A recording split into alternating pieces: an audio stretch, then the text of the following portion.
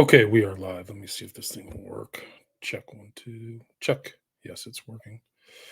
Hi, this is William Ramsey. Welcome to William Ramsey Investigates. On today's show, I'm going to read from a book called Panzer Leader by Heinz Guderian.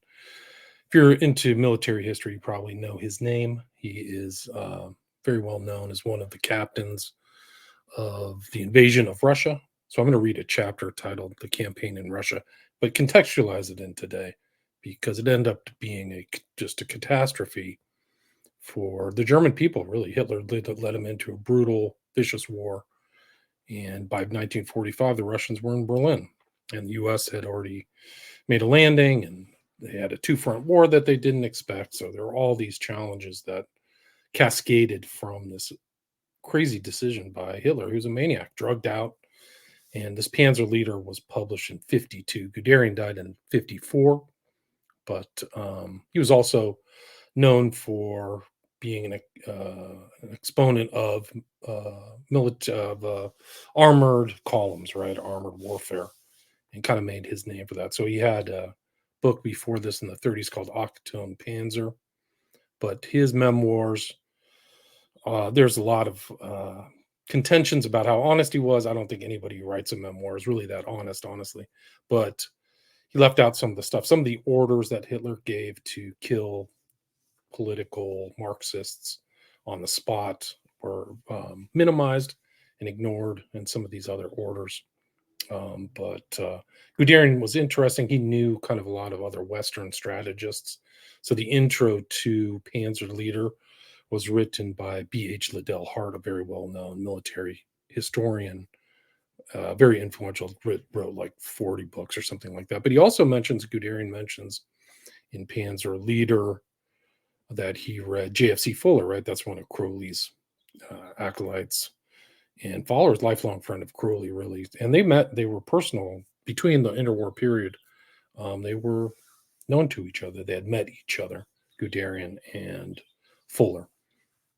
So the reason that I'm reading this, it probably seems maybe a curveball, but it's very salient because the U.S., like this crazy person who's running our government. I mean, I don't even know if he's obviously not mentally fit for the job. Like any respectable party group with integrity would already have let him go, to a rest home or something like that, or go play shuffleboard in Palm Springs or something like that. So we're way past that. That these people are so venal and vulgar and evil. Really, they're really evil to let this guy captain us into a crazy war. Like they just had a bombing in Crimea.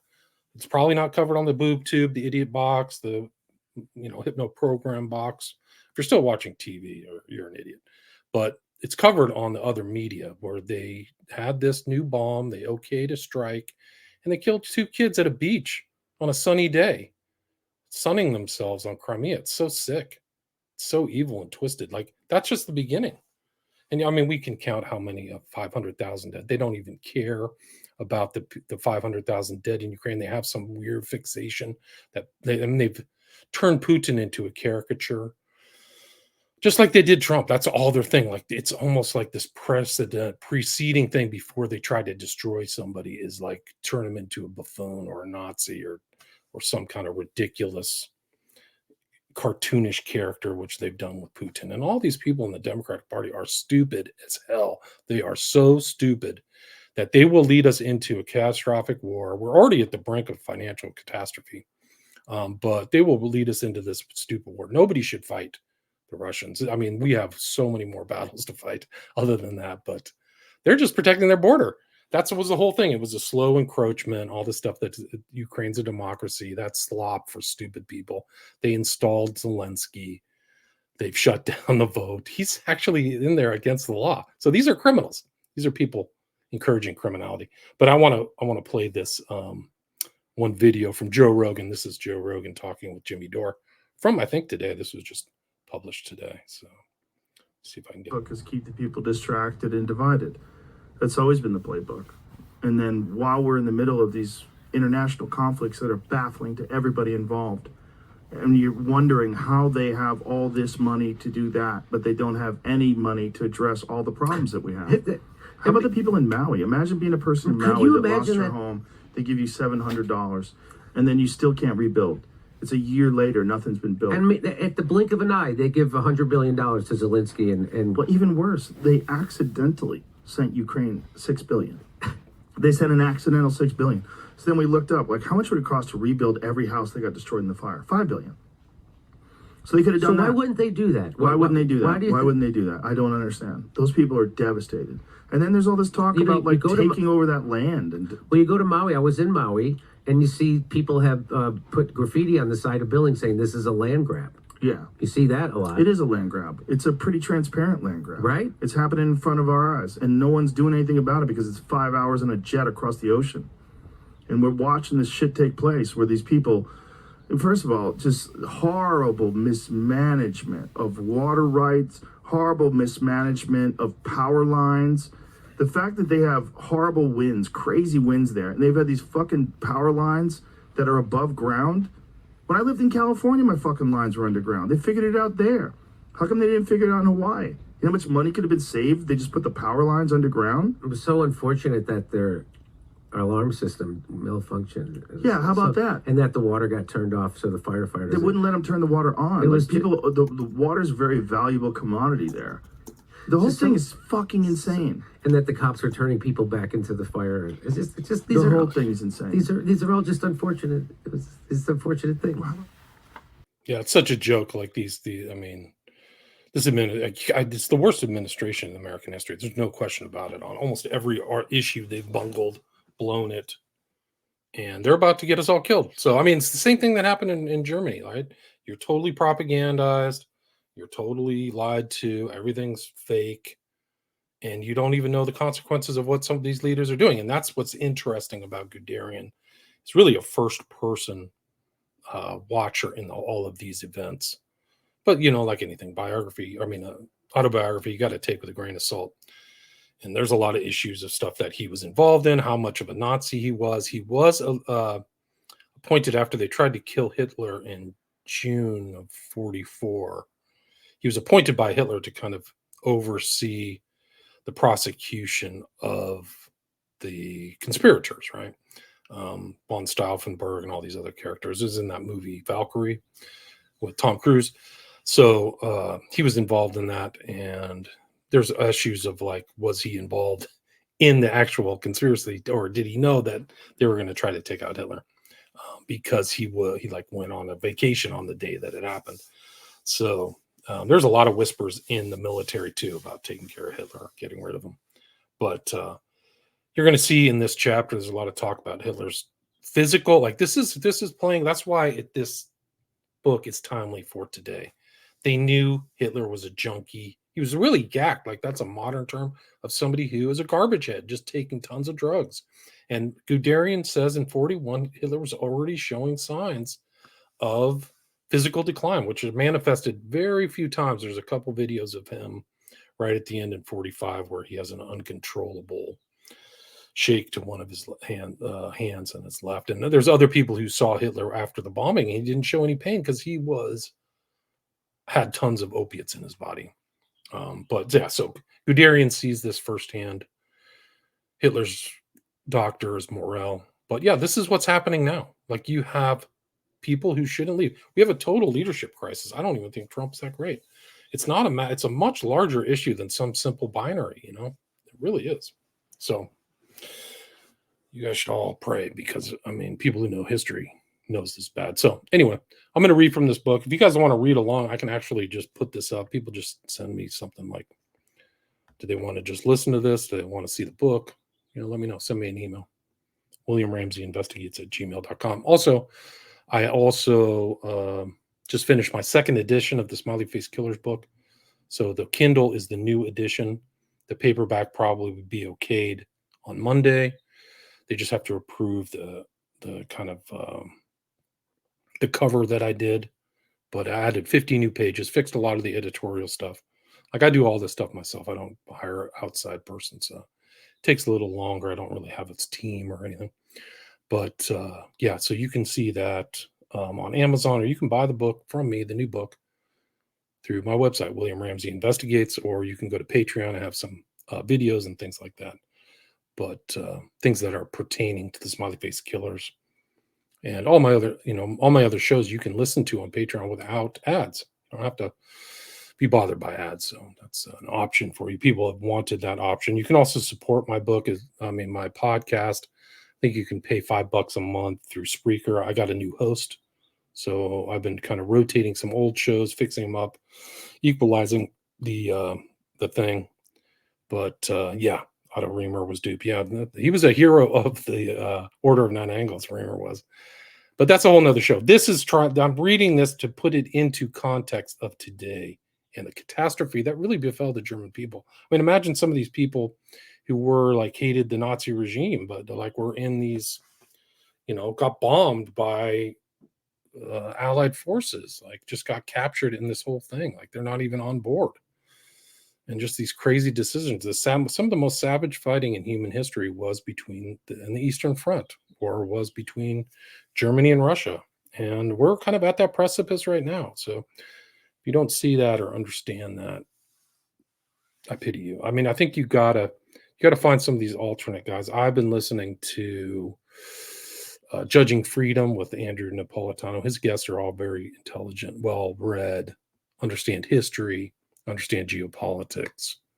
And I suggest you check those out because I think they have a better understanding of these buffoons on TV. They're wasting your time. They're polluting your brain. They're all part of the party. They all turned on Biden at the same time after like, oh my God, we just realized he's really in bad shape. Like they knew he was in bad shape 4 years ago. They're just all liars. That's really one of the big problems is like the moral depravity of the American people in toto, that they even tolerate somebody who's their leader who just lies constantly. Because that's all the left really does is lie. I'm not saying the right's that much better. They lied about everything. Anyway, this book is important in context because it's going to happen. I mean, I'm telling you right now that the U.S. on the financial portion alone cannot sustain itself. So once this gets corrected, you're going to be back in World War I Germany with massive inflation, and your paper that you work for and your 401k isn't worth squat. They're going to need somebody to fix it, and it's not going to be Joe Biden. It's not going to be any of these losers from the left. Their solution is just to parasite off of you and take as much money, and the government's really just a big, scam where they just take all the stuff and run it to their friends and run their own businesses, sell you out. Anyway, this book's really interesting. I'm not going to read the whole thing. Chapter 6, Campaign in Russia, 1941. This is the translation, right, from German. The background, preparations, opening operations, crossing the Dnieper, Smolensk, Elnya, Roslav, Moscow, or Kiev. The Battle of Kiev. The battles of Orel and Bryansk. Advanced to Tula and Moscow from my first dismissal, right? So he gets dismissed. On May 3rd, 1939, Molotov had been appointed Soviet Foreign Commissar in place of Litvinov. He played a prominent part in negotiating the non-aggression pact with Germany of August 3rd, 1939, which enabled Hitler to attack Poland. The Russians helped in the destruction of Poland by invading the eastern portions of that country on September 18th, 1939. On September 29th, 1939, Russia signed a pact of friendship with Germany and at the same time made a trade agreement that was to be of considerable value to the Germans in the economic prosecution of the war. Meanwhile, the Russians also made the most of the international situation. They seized the Baltic states and on the 30th of November, 1939, launched an attack on Finland. While Germany's armed forces were occupied in the west, the Russians compelled the Romanians to surrender Bessarabia. As a result of this move, Hitler, on the 30th of August, 1940, felt himself bound to guarantee Romania's independence. In October of 1940, Hitler had discussions with French leaders and with Franco concerning the future course of the war. In connection with these conversations, he next went to meet his friend Mussolini in Florence. It was while on his way to this meeting on Bologna Station, to be exact, that he learned, to his surprise, of his allies' declaration of a private war against Greece. This had been done without Hitler's connivance, and he did not approve of it. By this act of Mussolini's, the Balkan problem was reopened and the war took a new direction, which, for Germany at least, was highly undesirable. The first result of Mussolini's arbitrary gesture, according to what Hitler told me, was that Franco immediately withdrew from any sort of collaboration with the Axis powers. He plainly had no intention of becoming involved in a common policy with such unpredictable partners. The next sequel was increasing tension between Germany and the Soviet Union. Such tension already existed as a result of a number of incidents that had occurred during the past few months, mainly in connection with German policy in Romania and on the Danube. It was to lessen this that Molotov was invited to Berlin. In Berlin, Molotov made the following claims. 1. Finland was to be regarded as belonging within the Soviet sphere of interest. 2. An agreement was made concerning the future of Poland. 3. Soviet interest in Romania and Bulgaria must be recognized. 4. Soviet interests in the Dardanelles must also be acknowledged. After Molotov had returned to Moscow, the Russians restated these demands in more precise form in writing. Hitler was highly incensed by the Russian claims and expressed his displeasure at length during the Berlin conversations, while simply ignoring the subsequent Russian note. The conclusions he drew from Molotov's visit and its results was a belief that war with the Soviet Union must sooner or later be inevitable. He was to describe to me repeatedly the course that the Berlin conference took. I have given his version here. It is true that he never talked to me about this matter before 1943, but later on he did so several times and always in exactly the same terms. I have no reason to believe that what he said to me was not a repetition of his opinions at the time in question. Angered as he was by the Russian claims, he expressed his annoyance with the Italian policy of October 1940 in even stronger words. From his point of view, he was, I think, quite right to do so. The Italian attack on Greece was as fatuous in execution as it was unnecessary in design. The Italian offensive had already been brought to a halt by the 30th of October. On the 6th of November, the initiative passed to the Greeks. As is usually the ease when bad policy results in military catastrophe, Mussolini turned in anger against his generals, and in particular against Badoglio, who had warned him against bellicose escapades, though unfortunately in vain. In the middle of November, the Italians suffered a sharp defeat. Badoglio was therefore an enemy of the regime and a traitor. On the 26th of November, he tendered his resignation. On December 6th, Cavaliero was appointed to succeed him. On December 10th, the Italians were heavily defeated in North Africa near Sidi Barani. It would have been more in the common interest of Germany and Italy to desist from the Greek adventure in its place to strengthen the position in North Africa. Now Marshal Graziani began asking for German aeroplanes. Mussolini decided to request the dispatch to Libya of 2 German panzer divisions. During the course of the winter, Bardia, Derna, and Tobruk were lost. Rommel's German troops finally put the situation in order once again.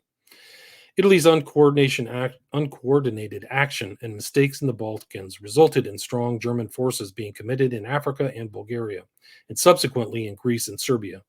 This led to a weakening of our strength in the decisive theaters of the war. It had now been shown that the principle by which the Alps were accepted as the boundary between the spheres of interest of the Axis powers was quite inapplicable to the real needs of wartime leadership. Cooperation between the two allies was so faulty that it might just as well not have existed at all. Shortly after Molotov's visit, my new chief of staff, Lieutenant Colonel Freiherr von Liebenstein, and my first general staff officer, Major Bayerlein, were summoned to a conference by the chief of the Army General Staff. There they heard for the first time about the proposed campaign against Soviet Russia, Operation Barbarossa. They returned from this conference and reported to me. When they spread out a map of Russia before me, I could scarcely believe my eyes. Was something which I had held to be utterly impossible now to become a fact? Hitler had criticized the leaders of German policy of 1914 in the strongest possible words for their failure to avoid a war on 2 fronts. Was he now, on his own initiative and before the war with England had been decided, to open the Second Front War against the Russians? All his soldiers had warned him repeatedly and urgently against this very error, which he himself agreed with them. And he himself agreed with them. I made no attempt to conceal my disappointment and disgust. My 2 staff officers, who had been entirely convinced by the arguments put forth by the OKH, were surprised by the vehemence of my language. They explained to me how the chief of the Army General Staff, Halder, had calculated that Russia would be defeated in a campaign of 8 to 10 weeks' duration. 3 army groups, each approximately the same strength, were to attack with diverging objectives. No single clear operational objective seemed to be envisaged. envisaged. Looked at from a professional point of view, this did not appear at all promising. I arranged for my chief of staff to convey my views to the OKH, where they produced absolutely no effect. As one of the uninitiated, I could only now hope that Hitler was not seriously planning an attack on the Soviet Union, and that all these preparations were a bluff. The winter and spring of 1941 passed as in a nightmare. Renewed study of the campaigns of Charles XII of Sweden and of Napoleon clearly revealed all the difficulties of the theater to which we threatened to be committed. It also became increasingly plain to see how inadequate were our preparations for so enormous an undertaking. Our success to date, however, and in particular the surprising speed of our victory in the West, had so befuddled the minds of our supreme commanders that they had eliminated the word impossible from their vocabulary. All the men of the OKW and the OKH with whom I spoke evinced an unshakable optimism and were quite impervious to criticism or objections. Seems familiar. In view of the heavy task that lay ahead, I concentrated with especial energy on the training and equipping of the divisions for which I was responsible. I made it quite clear to my troops that the campaign ahead of them would be a far more difficult one than those of which they had fought in Poland and the West. For security reasons, I could not be more specific. I wanted, however, to make sure that my soldiers did not embark on this new and infinitely difficult task in a spirit of frivolity. Unfortunately, most of the vehicles of the new divisions which Hitler had ordered to be set up were, as already stated, French. This equipment was in no way capable of meeting the demands of warfare in Eastern Europe. German vehicle production was insufficient to meet our greatly increased requirements. We could not, therefore, replace the palpably inferior captured vehicles with German ones. The decrease in strength of the tank element within the Panzer division has already been mentioned. The smaller number of tanks per division was compensated for, to a certain extent, by the fact that the old Panzers 1 and 2 had been almost completely replaced by Panzers 3 and 4. We believed at the beginning of the new war we could reckon our tanks being technically better than all known Russian types. We thought that this would be more or less cancel out the Russians' vast numerical superiority. For when the campaign opened, our tank strength amounted only to some 3,200 units. But one curious incident made me at least slightly dubious concerning the relative superiority of our armored equipment. In the spring of 1941, Hitler had specifically ordered that a Russian military commission be shown over our tank schools and factories. In this order, he had insisted that nothing be concealed from them. The Russian officers in question firmly refused to believe that the Panzer IV was in fact our heaviest tank. They said repeatedly that we must be hiding our newest models from them and complained that we were not carrying out Hitler's order to show them everything. The military commission was so insistent on this point that eventually our manufacturers and ordnance office officials concluded, it seems that the Russians must already possess better and heavier tanks than we do. It was at the end of July 1941 that the T-34 tank appeared at the front, and the riddle of the new Russian model was solved. Hitler attended a demonstration of armored equipment on the 18th of April, at which I was present. It was on this occasion that he noticed that the Panzer III had been re-equipped by the Army Ordnance Office with a 50mm L-42 cannon, instead of with a 50mm L-60 as he had ordered. This independent act on the part of the Ordnance Office infuriated him all the more, since it involved a weakening of his original intentions. At this time, our yearly tank production scarcely amounted to more than 1,000 of all types. In view of our enemy's production figures, this was very small. As far back as 1933, I had visited a single Russian tank factory, which was producing 22 tanks per day at the Christie-Ruski type. On March 1st, Bulgaria joined the Triple Alliance, and on March 25th, Yugoslavia followed suit. However, on March 27th, a coup d'etat in Belgrade upset the Axis plans. On April 5th, Russia and Yugoslavia signed a pact of friendship. On April 6th, the Balkan campaign began. I took no part in this. The Panzer troops engaged proved themselves once again and contributed greatly to our rapid victory. Only one man was pleased by this new extension of the theater of war, Mussolini. This was his own war, on which he had embarked without Hitler's permission. However, the pact of friendship signed between Russia and Yugoslavia made it clear to us that we were heading for trouble with our powerful eastern neighbor, and the smash could not be long delayed. Belgrade fell on April 13th. On April 17th, the Yugoslav army surrendered. The Greek army did likewise on April 23rd, despite British assistance. At the end of May, airborne troops made possible the capture of Crete though unfortunately not of Malta. Germany, Italy, Hungary, Bulgaria, and Albania all took slices of Yugoslav territory. An independent state of Croatia was formed. Its king was to be the Italian Duke of Spoleto, and he never sat on his rather shaky throne. In accordance with the request of the King of Italy, Montenegro was also reconstituted as an independent state. Since the frontiers of the newly created Croatia did not correspond to ethnological borders of that nation, there was from the very beginning constant friction with the Italians. Bitter disagreements further poisoned the atmosphere in this already turbulent corner of Europe. In May and June of 1941, the British succeeded in occupying Syria and Abyssinia. A German attempt to secure a foothold in Iraq was carried out with insufficient force and failed. It could only have succeeded if it had been part of the logical and sensible Mediterranean policy which we could and should have adopted in the summer of 1940. By now, it was too late for isolated actions of this type. Preparations. The Balkan campaign had been concluded with all the speed desired, and the troops there engaged, which were now needed for Russia, were withdrawn according to plan and very fast. But all the same, there was a definite delay in the opening of our Russian campaign. Furthermore, we had a very wet spring. The Bug and its tributaries were at flood level until well into May, and the nearby ground was swampy and almost impassable. I was in a position personally to observe this during my tours of inspection in Poland. 3 army groups were formed for the attack on Soviet Russia. Army Group South under Field Marshal von Rundstedt to the south of the Pripyat marshes. Army Group Center under Field Marshal von Bock between the Pripyat marshes and Suwalki Peak.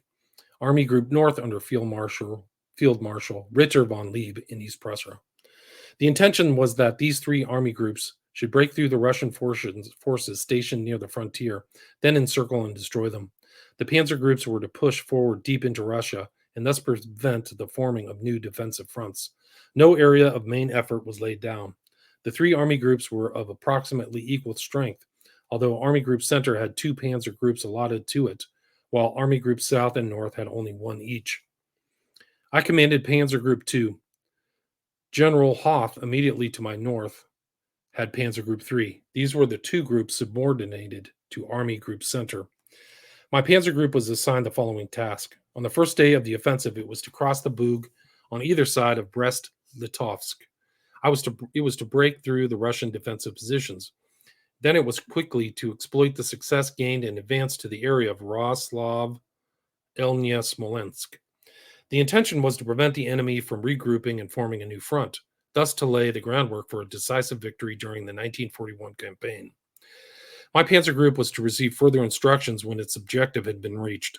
Preliminary orders as issued by the OKH indicated that the plan was then probably to switch Haas' 3rd and my 2nd Panzer Groups due north to capture Leningrad, now St. Petersburg. The border between the German-controlled general government of Poland and the Soviet-Russian zone was the river Bug. It was the fortress of Brest-Litovsk. Thus, the fortress of Brest-Litovsk was split, the citadel being occupied by the Russians. Only the old forts on the West Bank were in German hands. I had already captured the fortress once during the Polish campaign. I now had the same task to perform a second time, though in more difficult circumstances. Despite the very plain lessons of the Western campaign, the Supreme German Command did not hold uniform views about the employment of armored forces. This became evident during the various war games that were held in preparation for the operation and for the purpose of training the commanders for their missions.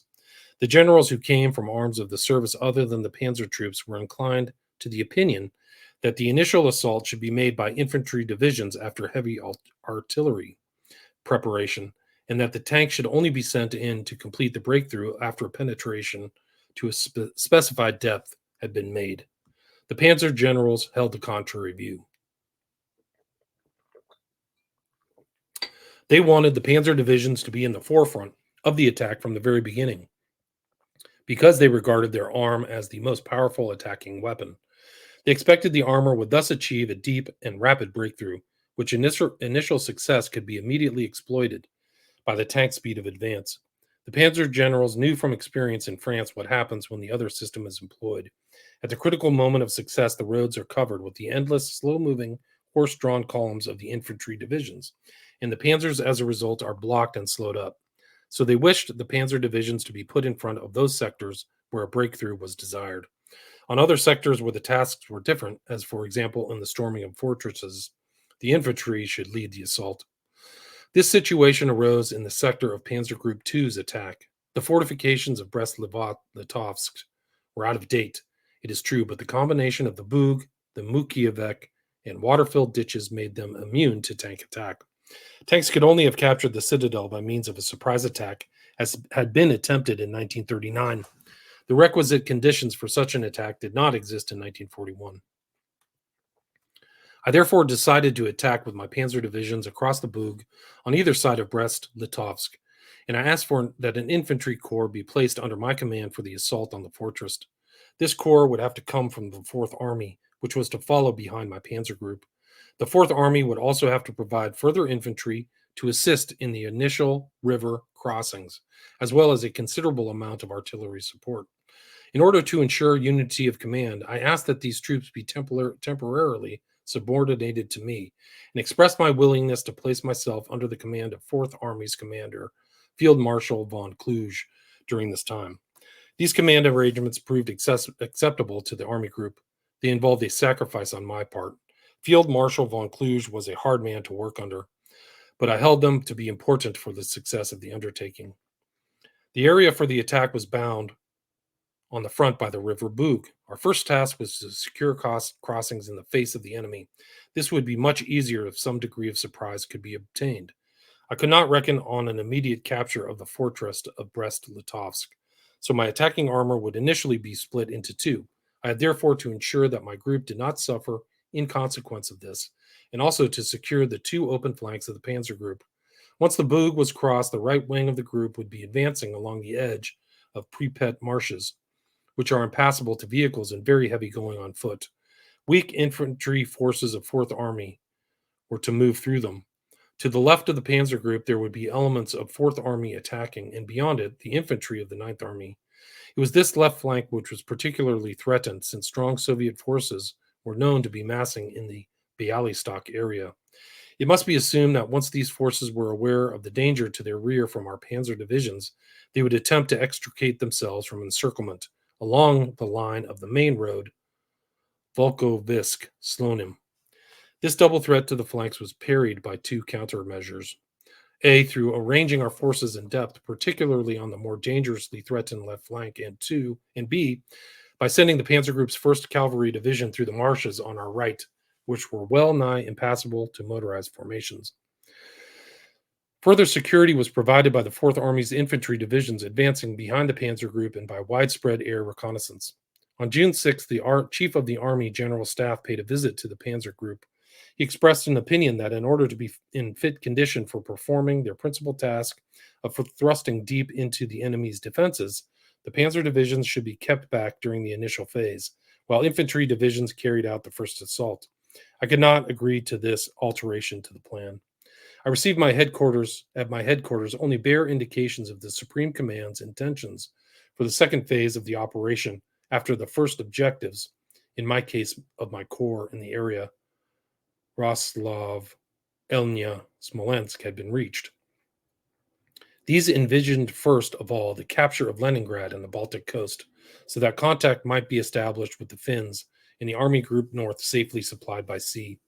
A proof that such plans were being seriously studied is supplied by the operational instructions which were issued. In it, it was stated that General Haas' 3rd Panzer Group, and possibly also my group, were to halt in the Smolensk area and prepare to swing north in support of the operations of Army Group North. This operation would have had one great advantage. It would once and for all have secured the left wing of the German armies fighting in Russia. In my opinion, this was the best plan that could have been devised in the circumstances. But unfortunately, I never heard anything more about it. On June 14th, Hitler assembled all of the commanders of army groups, armies, and panzer groups in Berlin in order to explain his reasons for attacking Russia and to receive final reports on the preparations that had been made. He spoke on the following lines. He could not defeat England. Therefore, in order to bring the war to a close, he must win a complete victory on the continent. Germany's position on the mainland would only be unassailable when Russia had been defeated. His detailed exposition for the reasons that led him to fight a preventive war against the Russians was unconvincing. The tension that had arisen as a result of German penetration of the Balkans, the intervention of the Russians in Finland, the occupation of the Baltic states, such were the political reasons. These were as insufficient causes for taking a resolve of such drastic dimensions as were the ideological theories of the National Socialist dogma and certain reports of preparations for attack on the part of the Russians that had come in. As long as the war in the West was still undecided, any new undertaking must result in a war on two fronts. And Adolf Hitler's Germany was even less capable of fighting such a war than had been the Germany of 1914. The assembled company listened to Hitler's speech in silence, and then, since there was to be no discussion, dispersed still in silence and with heavy hearts. During the afternoon at the military conference concerning the preparations that had been made, I was asked only one question. How long would it take me to reach Minsk? I replied 5 to 6 days. The attack began on the 22nd of June and arrived at Minsk on the 27th, while Hoff, advancing from Suwalki, had already occupied that city from the north on the 26th. Before I turn to describing the operations of my Panzer Group, I should like to outline the general situation of the German army at the beginning of this decisive campaign in Russia. According to the information available to me, the German army on the 22nd of June 1941 consisted of 205 divisions, 38 divisions in the West, 12 divisions in Norway, 1 division in Denmark, 7 divisions in the Balkans, 2 divisions in Libya, and therefore 145 divisions available for operations in the East. This dispersal of strength involved an unpleasant dissipation. The figure of 38 divisions in the West appeared particularly high. 12 divisions for Norway also formed an unnecessarily large garrison. A consequence of the Balkan campaign was that the Russian offensive could not be launched until late in the summer. Far more significant, however, than either of these facts was the underestimate of the Russian as an enemy. Our outstanding military attaché in Moscow, General Kostring, had reported on the military strength of that gigantic country. Hitler attached as little importance to these reports as he did to others concerning the production capacity of Russian industry or the stability of the Russian political system. On the contrary, he had succeeded in infecting his immediate military entourage with his own baseless optimism. The OKW and the OKH were so serenely confident of victory before winter set in that winter clothing had only been prepared for every fifth man in the army. It was not until August 30th, 1941, that the OKH had become seriously concerned with the problem of supplying major portions of the army with winter clothing. On this day, an entry made by an OKH diary reads, "In view of recent deployments which are likely to necessitate operations against limited objectives even during the winter, the operations department will draft a report on the winter clothing that will be required for this purpose. After approval by the Chief of the Army General Staff, this report will be passed to the Organization Department for necessary action." It is frequently maintained nowadays that Hitler and only Hitler was responsible for the lack of winter clothing in the army of 1941. I can in no way subscribe to this belief. Proof of this is that the Luftwaffe and the Waffen-SS were well and adequately equipped and had laid in the necessary stocks in plenty of time. But the Supreme Command was sunk in its dream of defeating the Russian army in 8 or 10 weeks. This defeat would result, they thought, in the political collapse of the Soviets. So confident were they of this that in the autumn of 1941, a considerable portion of Germany's industry was switched from war production to other purposes.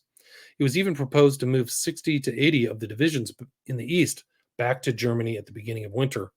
What remained would suffice to control Russia until spring came. Those remaining divisions were to occupy comfortable quarters in a well-prepared defensive line to be built during the autumn. It all seemed to be very well thought out and delightfully simple. A description of events as they occurred will show how far these ideas were divorced from the cruel reality. Finally, an allusion must be made to an event which was to leave a deep stain on Germany's reputation. Shortly before the opening of hostilities, the OKW sent an order direct to all corps and divisions concerning the treatment that was to be given to the civilian population and to prisoners of war in Russia. It specified that in the event of excesses being committed against civilians or prisoners, the responsible soldier was not automatically to be tried and punished according to military law. Disciplinary action was only to be taken at the discretion of the man's immediate unit commander.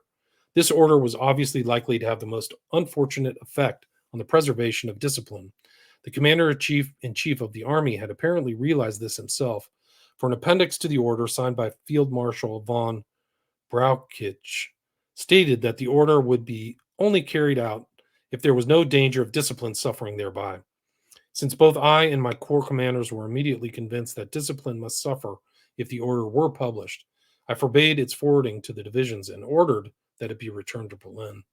This order, which was to play an important part in the post-war trials of German generals by our former enemies, was consequently never carried out in my Panzer group. At the time, I dutifully informed my commander-in-chief of the army group that I was not publishing or obeying this order. The equally notorious so-called Commissar order never even reached my Panzer group. No doubt Army Group Center had already decided not to forward it. Therefore, the Commissar order was never carried out by my troops either. Looking back, one can only deeply regret that neither the OKW or the OKH blocked these two orders in the first place. Many brave and innocent soldiers would have thus been saved bitter suffering, and the good name of Germany would have been spared a great shame, regardless of whether the Russians had signed the Hague Agreement or not. Whether or not they had approved the Geneva Convention, German soldiers must accept their international obligations and must behave according to the dictates of a Christian conscience. Even without harsh orders, the effects of war on a population of an enemy country are cruel enough, and the Russian civilians were as innocent of causing this war as were our own. I'll repeat that sentence. Even without harsh orders, of the effects of war on the population of an enemy country are cruel enough, and the Russian civilians were as innocent of causing this war as were our own. Opening operations. In describing the events which now took place, I have in places given an exact description of how my time was spent. I've done this in order to show the spiritual and physical demands that were made on the commander of a panzer group during the Russian campaign. After Hitler's speech to the generals on June 14th, I flew to Warsaw on the 15th, where my staff was quartered. The days until the opening of the attack on June 22nd, I spent visiting the troops and their jumping off places and also the neighboring units in order to ensure full cooperation. The march to the assembly areas and the final preparations for the attack passed smoothly enough. On June 17th, I examined the course of the River Bug, which was our front line. On the 19th, I visited General von Mackensen's 3rd Army Corps, which was immediately to the right of my panzer group. On the 20th and 21st, I visited the forward units of my corps to make sure that all preparations for the attack were satisfactorily completed. Detailed study of the behavior of the Russians convinced me that they knew nothing of our intentions. We had observation of the courtyard of Brest-Litovsk citadel and could see them drilling by platoons to the music of a military band. The strong points along their bank of the Bug were unoccupied. They had made scarcely any noticeable progress in strengthening their fortified positions during the past few weeks. So the prospects of our attack achieving surprise were good, and the question therefore arose whether the 1 hour's artillery preparation, which had been planned, was now necessary after all. I finally decided not to cancel it. This was simply a precaution lest unexpected Russian countermeasures cause us unavoidable casualties. On the fateful day of June 22nd, 1941, I went on at 02:10 hours to my group command post, which was located in an observation tower south of Bohukali, 9 miles northwest of Brest-Litovsk. It was still dark when I arrived there. At 03:15 hours, our artillery opened up. At 03:40 hours, the first dive bomber attack went in. At 04:15 hours, advance units of the 17th and the 18th Panzer Divisions began to cross the Bug. At 0400 hours, the leading tanks of the 18th Panzer Division forded the river.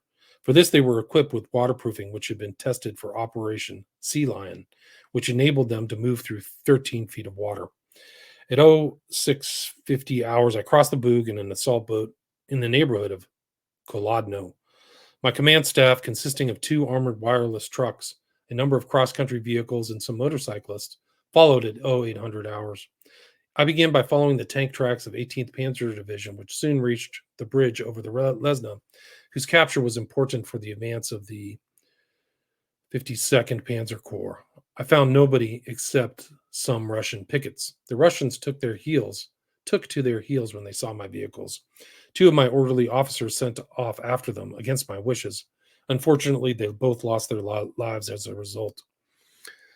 At 10:25 hours, the leading tank company reached the Lesna and crossed the bridge. Next to arrive was the divisional commander, General Nehring. I accompanied the 18th Panzer Division in their advance until mid-afternoon. At 1600 hours, I returned to the bridgehead at Kolodno, and from there I went to 1830 hours to my command post. We had managed to take the enemy by surprise along the entire Panzer Group front. To the south of Brest-Litovsk, the 24th Panzer Corps had captured the bridges over the Bug intact. To the northwest of the fortress, our bridges were being built according to plan. The enemy, however, had soon recovered from his initial surprise and put up a tough defense in his prepared positions. The important citadel of Brest-Litovsk held out with remarkable stubbornness for several days, thus depriving us of the use of the road and rail communications across the Bug in the Mukiavek. In the evening, the Panzer Group was fighting around Maloriata, Kobrin, Brest-Litovsk, and Pruzana. At the last named place, the 18th Panzer Division became involved in the first tank battle of the campaign. On June 23rd, I drove the 52nd Panzer Corps at the village of Bildieki, some 14 miles northeast of Brest-Litovsk. I talked to General Lemelson and also spoke on the telephone to my headquarters in order to receive the latest information about the general situation. I went on to the 17th Panzer Division. The commander of the division's rifle brigade, General Ritter von Weber, described to me what his men were doing. At 0830 hours, I met General Nehring of the 18th Panzer Division and then returned to see General Lemelson once again.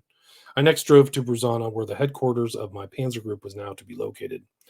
On this day, the 54th Panzer Corps was fighting its way towards Sluzsk along the Kobrin-Borisa-Kartusa road. I gained the impression that the 52nd Panzer Corps was likely soon to be heavily engaged with Russian forces moving southeast from the direction of Bialystok, and I therefore resolved to spend the next day once again with this corps. On June 24th, I drove towards Slonim. The 17th Panzer Division had meanwhile arrived at this town. Between Rosanna and Slonim, I ran into Russian infantry, which was laying down fire on the main road. A battery of the 17th Panzer Division and dismounted motorcyclists were returning the enemy fire without any particular success. I joined in this action and by firing the machine gun in my armored command vehicle, succeeded in dislodging the enemy from his position. I was then able to drive on. At the headquarters of the 17th Panzer Division, at that time located on the western outskirts of Slonim, I found not only the divisional commander, General von Arnim, but also the corps commander, General Lemelson.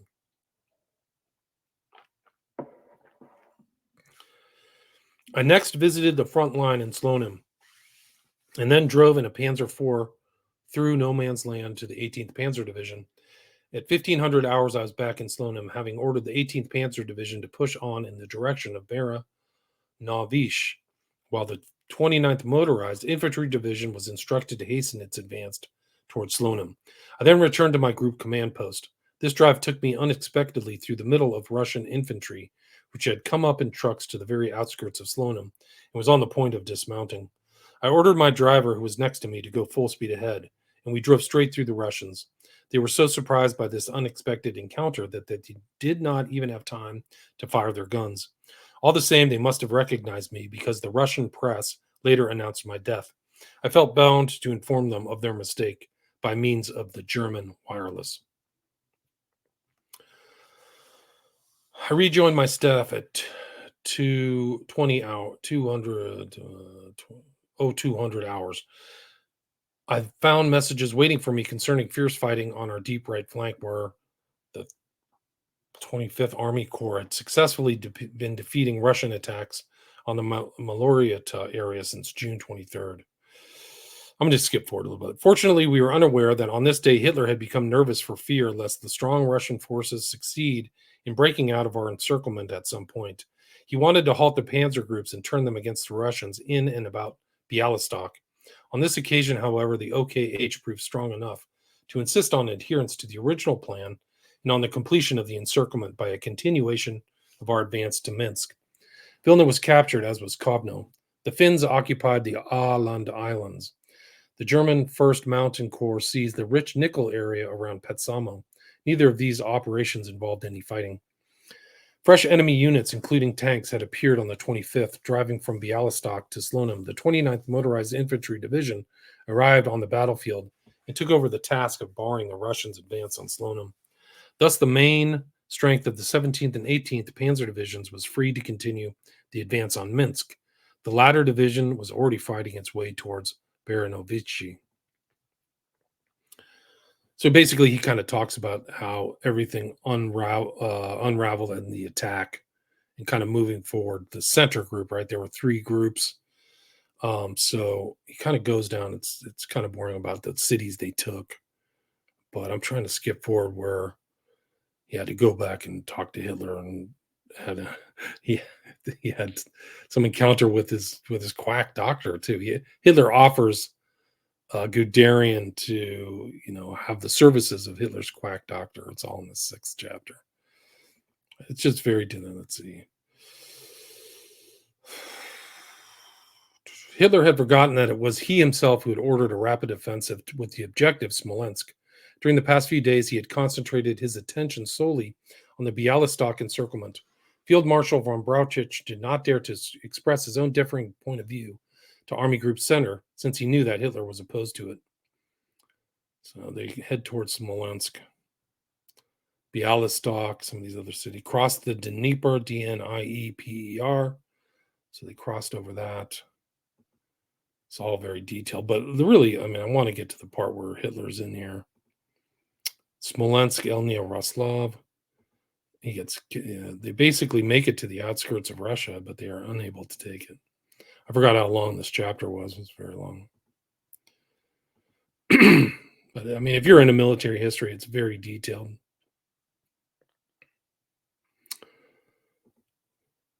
Let's see. Battle, fighting. Moscow or Kiev. The conference with Hitler took place in Novi Borisov at the headquarters of Army Group Center. Those present were Hitler and Schmundt, Field Marshal von Bock, Hoff, and myself, as well as a representative of the OKH, Colonel Heusinger, the chief of the operations department.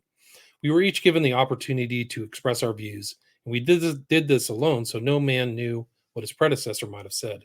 But Field Marshal von Bock, Hoff, and I shared the opinion that a continuation of the offensive towards Moscow was of vital importance.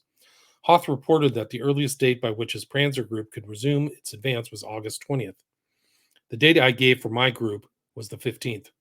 Then Hitler assembled the whole company together and began himself to speak. He designated the industrial area about Leningrad as his primary objective. He had not yet decided whether Moscow or the Ukraine would come next. He seemed to incline towards the latter target for a number of reasons. First, Army Group South seemed to be laying the groundwork for a victory in that area. Secondly, he believed that the raw materials and agricultural produce of the Ukraine were necessary to Germany for the further prosecution of the war. And finally, he thought it essential that the Crimea, that Soviet aircraft carrier operating against the Romanian oil fields, be neutralized. He hoped to be in possession of Moscow and Kharkov by the time winter began. No decisions were reached on this day concerning those problems of strategy which we regarded as most important. The conference then began to discuss more detailed questions. The important point for my Panzer group was a decision not to evacuate the Elnya salient, since it was not yet known whether this salient might not still be needed as a jumping-off point for an attack towards Moscow. I stressed the fact that our tank engines had become very worn as a result of the appalling dust. In consequence, they must be replaced with all urgency if any more large-scale tank operations were to be carried out during the current year. It was also essential that replacements be provided for our tank casualties from current production. As for new tanks, we were not to get any, since Hitler intended to retain them all at home for the equipping of newly set up formations. In the ensuing argument, I stated that we could only cope with the Russians' great numerical superiority in tanks if our tank losses were rapidly made good again. Hitler then said, "If I had known that the figures for Russian tank strength which you gave in your book were in fact the true ones, I would not, I believe, ever have started this war." He is referring to my book, Achtung Panzer, published in 1937, in which I had estimated Russian tank strength at that time as 10,000. Both the chief of the Army General Staff Beck and the censor had disagreed with the statement. It had cost me a lot of trouble to get that figure printed, but I had been able to show that intelligence reports at the time spoke of 17,000 Russian tanks, and that my estimate was therefore, if anything, a very conservative one. To imitate the ostrich in political matters has never been a satisfactory method of avoiding danger. Yet this is what Hitler, as well as his more important political, economic, and even military advisors, chose to do over and over again. The consequences of this deliberate blindness in the face of hard facts were devastating, and it was we who now had to bear them. While flying back, I decided in any case to make the necessary preparations for an attack towards Moscow. Back at my headquarters, I learned that the 9th Army Corps, worried about a Russian breakthrough in the Yermolino area in the southeast edge of the encirclement, had withdrawn from the Moscow highway. So basically, he's headed towards Moscow. They kind of go on. The Battle of Roslavel happens. A significant indication of the attitude of the civilian population is provided by the fact that women came out from their villages on the very battlefield, bringing wooden platters of bread and butter and eggs, and in my case at least, refused to let me move on before I had eaten. Unfortunately, this friendly attitude toward the Germans lasted only so long as the more benevolent military administration was in control. The so-called Reich Commissars soon managed to alienate all sympathy from the Germans, and thus to prepare the ground for the horrors of partisan warfare. So that's it. I'm trying to get to where's Hitler and morale. He's talking. It's a lot of military stuff. I've forgotten some of this. Let's see. I went in to see Hitler. There were a great many people present, including Keitel, Jodl, Schmundt, and others, but neither Brautzich nor Halder, nor, indeed, any representative of the OKH. I described the state of my Panzer group, its present condition, and that of the terrain. When I had finished, Hitler asked, "In view of their past performance, do you consider that your troops are capable of making another great effort?" I replied, "If the troops are given a major objective, the importance of which is apparent to every soldier, yes." Hitler then said, "You mean, of course, Moscow." I answered, "Yes. Since you have broached the subject, let me give you the reasons for my opinions." Hitler agreed, and I therefore explained basically and in detail all the points that favored a continuation of the advance on Moscow, and that spoke against the Kiev operation. I maintained that, from a military point of view, the only question was that of finally defeating the enemy forces which had suffered so heavily in recent battles. I described to him the geographical significance of Moscow, which was quite different from that of, say, Paris. Moscow was the great Russian road, rail, and communication center. It was the political solar plexus. It was an important industrial area, and its capture would not only have an enormous psychological effect on the Russian people, but on the whole of the rest of the world as well. I dwelt on the attitude of the soldiers. They expected nothing but an advance on Moscow, and had already made the necessary preparations for such an advance with the greatest enthusiasm. I tried to show how a victory in this decisive direction and the consequent destruction of the enemy's main forces would make the capture of the Ukrainian industrial area an easier undertaking.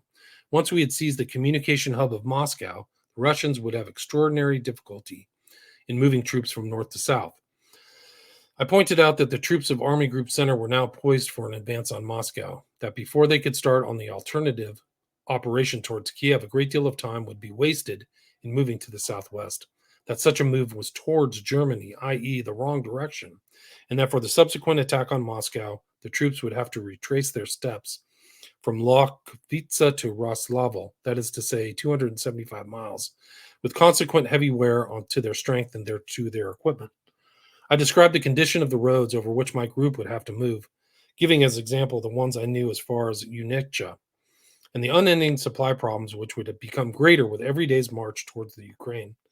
Finally, I touched on the enormous difficulties which must arise if the proposed operation were not terminated as fast as was now planned and were to be protracted into the period of bad weather.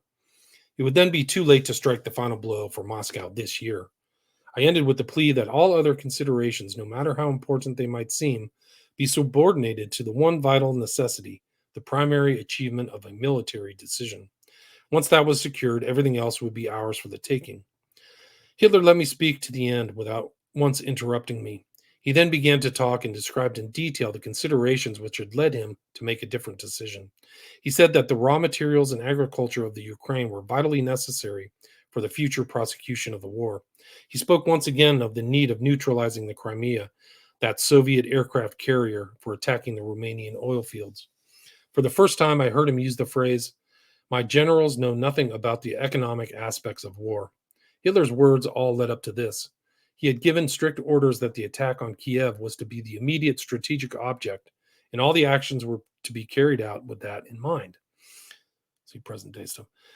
Here I saw that the first time a spectacle for which I was later to become very familiar. All those present nodded in agreement with every sentence that Hitler uttered, while I was left alone with my point of view.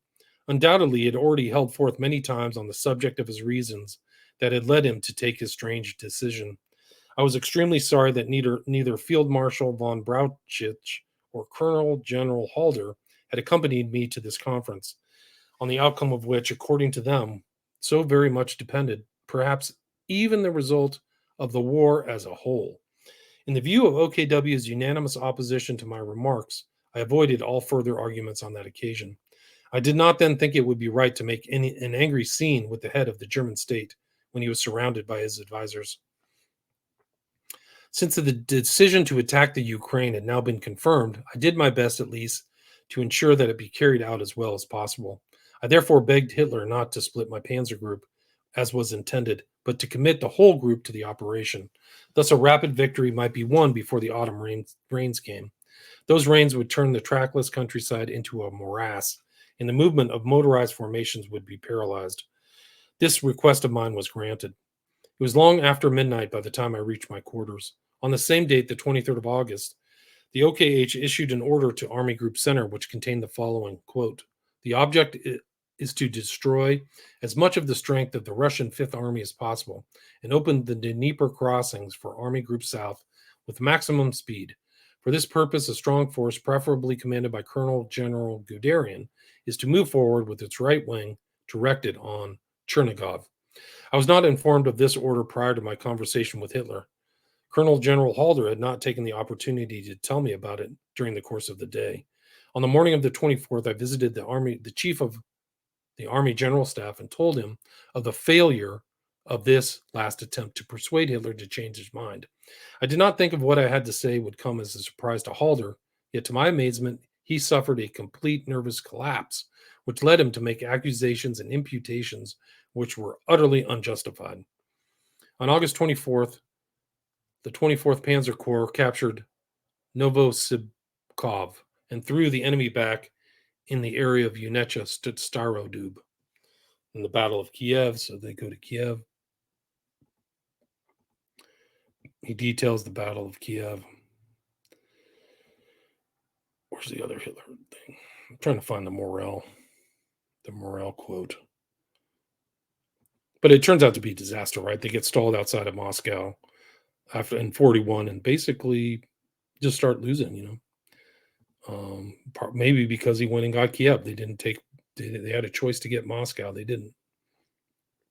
Hitler made the decision. So Guderian says that's like, a huge thing. On September 26th, the Battle of Kiev was brought to a successful conclusion. The Russians surrendered. 665,000 men were taken prisoner. The commander-in-chief Southwest Front and his chief of staff fell in the last phase of the battle while attempting to break out. The commander of the Fifth Army was among the prisoners captured. I had an interesting conversation with this officer, to whom I put a number of questions. When did you learn that my tanks had penetrated behind you? Answer, about the 8th of September. Why did you not evacuate Kiev at once? Answer, we had received orders from the Army Group to evacuate the area and withdraw eastwards, and had already begun to do so when we received contrary orders to turn about and defend Kiev in all circumstances. The Battle of Kiev was undoubtedly a great tactical victory, but whether great strategic advantages were to be garnered from this tactical success remained questionable. It all depended on this. Would the German army, before the onset of winter, and indeed before the autumnal mud set in, still be capable of achieving decisive results? It is true that the planned assault on Leningrad had already had to be abandoned in favor of a tight investment.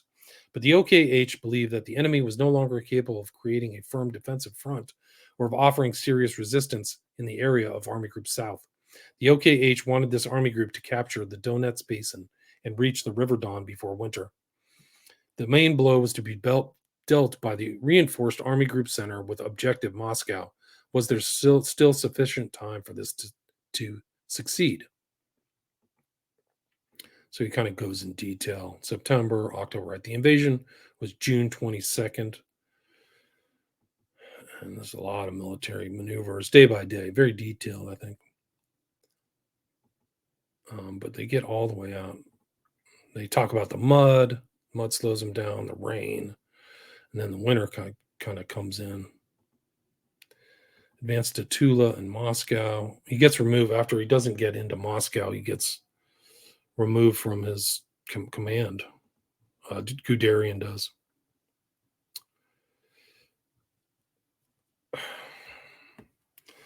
As an indication of the attitude of the Russian population, I should like to quote a remark that was made to me by an old Tsarist general who I had met in Orel at this time. He said, "If you only had come 20 years ago, we should have welcomed you with open arms, but now it's too late.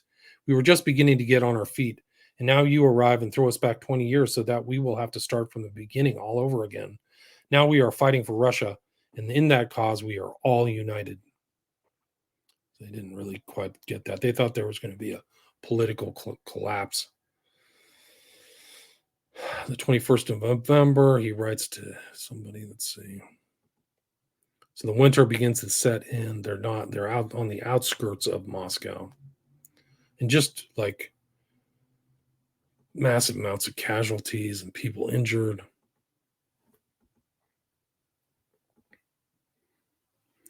Our attack on Moscow had broken down. All the sacrifices and endurance of our brave troops had been in vain. We had suffered a grievous defeat, which was to be seriously aggravated during the next few weeks, thanks to the rigidity of our Supreme Command. Despite all our reports of those men far away in East Prussia could form no true concept of the real conditions of the winter war in which their soldiers were now engaged.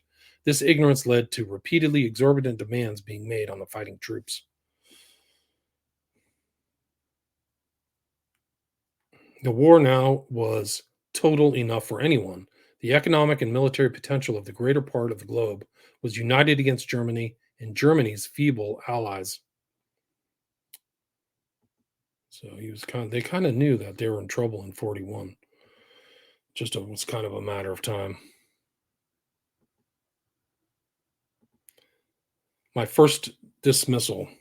Little monk, you are taking a hard road. These words of Frundsberg to Dr. Martin Luther before the Diet of Worms in 1521 were quoted to me by my comrades when they learned of my decision to fly to Hitler's headquarters. They were applicable enough. I was perfectly well aware that it would not be easy for me to bring Hitler over to my way of thinking. At that time, however, I still believed that our Supreme Command would listen to sensible propositions when they were laid before it by a general who knew the front. This belief I retained while making the long flight from the icebound battle area north of Orel to the well-appointed and well-heated Supreme Headquarters far away in East Prussia. I was to confer with Hitler for 5 hours, with only 2 breaks of half an hour each, one for the evening meal and one for the general weekly briefing, which Hitler always attended personally. I was received by Hitler about 1800 hours. Keitel, Schmundt, and other officers of Hitler's entourage were there also. Neither the Chief of Army General Staff nor any other representative of the OKH was present, though Hitler had appointed himself Commander-in-Chief of the Army after the dismissal of Field Marshal von Brauchitsch. And so, as on the 23rd of August, 1941, I stood in lonely opposition to the ranks of the OKW. As Hitler came forward to greet me, I saw to my surprise, for the first time, a hard, unfriendly expression in his eyes, and this convinced me that some opponent of mine must have turned him against me. The dim lighting of the room served to increase this unpleasant impression. The conference began with my description of the state of the 2nd Panzer Army and 2nd Army. I then spoke of my intention of withdrawing both armies bit by bit to the Susha-Oka position, an intention which, as already stated, I had expressed to Field Marshal von Brauchitsch on December 14th in Roslavel, and which he had approved. I was convinced that Hitler must have been informed of this. I was, therefore, all the more taken aback when he shouted, "No, I forbid that."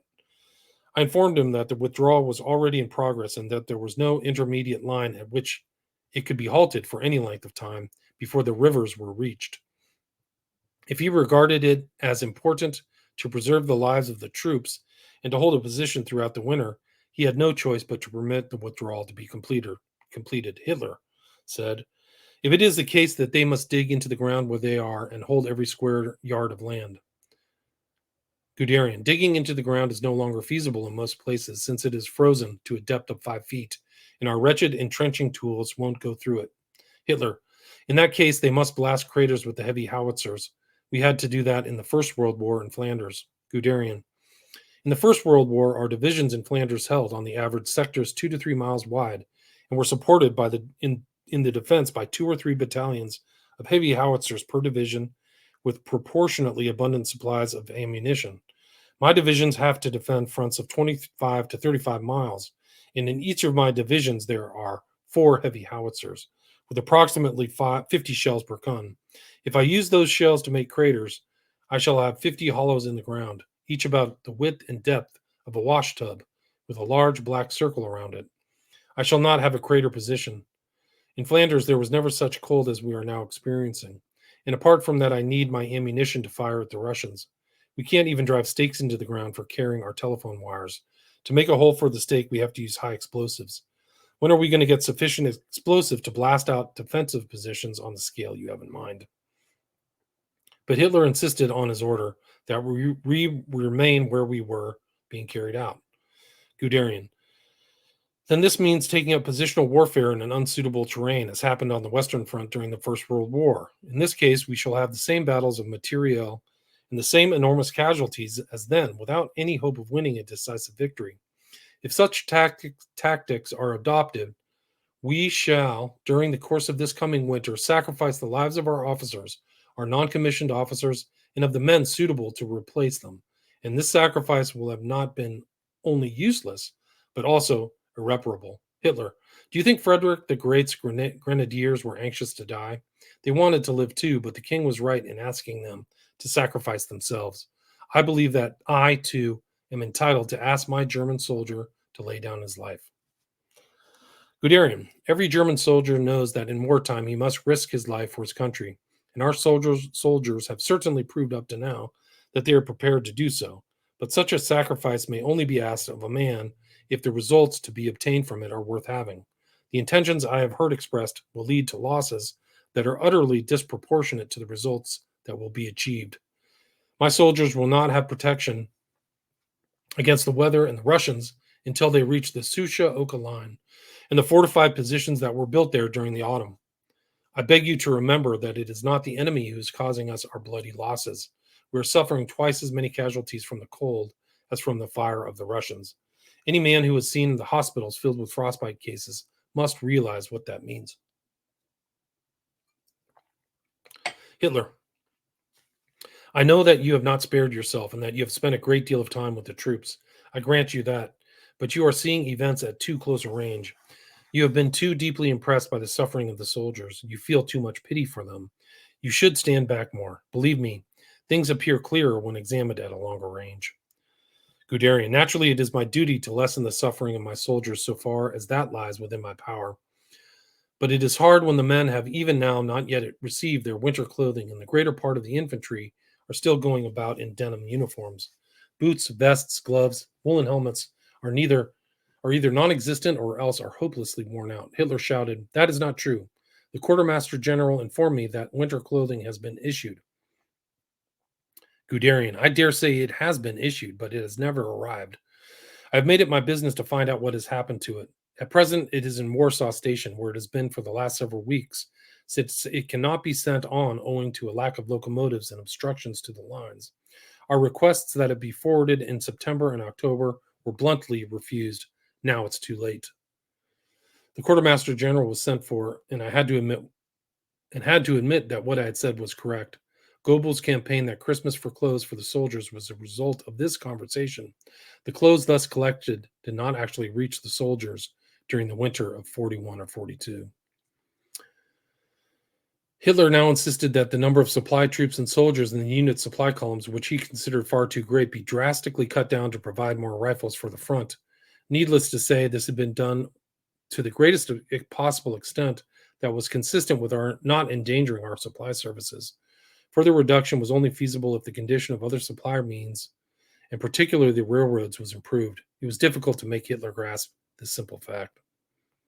So they talked about shelter. They described interests at the front. He's having an evening meal with Hitler. My conversation with Hitler was thus a complete failure. As I left the conference room, I heard Hitler say to Keitel, "I haven't convinced that man. The breach was now complete and can no longer be closed." The next morning, before starting the flight back, I telephoned General Jodl, the chief of the Armed Forces Command Staff, and repeated to him that present methods must lead to intolerable sacrifices of life for which there could be no possible justification. Reserves were needed urgently to occupy positions behind the front and out of contact with the enemy. This call of mine had no recognizable effect. I flew back to Orel. By Hitler's orders, the left-hand boundary of my army was changed to the junction of the rivers Shizdra and Oka. This alteration increased the responsibilities of my Panzer army to an undesirable extent. So it goes in detail, December 25th. So that's it. So he gets dismissed. On December 25th, I said farewell to my staff and issued a short order for the day of my troops. On December 27th, I left the front, and on New Year's Eve, I arrived in Berlin. So he leaves a formal order to his people, and that's basically it. That's basically the end of the thing. Like, he gets rejected, Hitler overwhelms him, and the whole thing ends in disaster. Like, people, just total deaths and destruction on the way back. The Soviets were vengeful and made it all the way back to Berlin, and horrible things happened even after the war. Like, we say the war ended in 1945, but horrible things happened after that. So that was Heinz Guderian's Panzer leader campaign in Russia, which went south.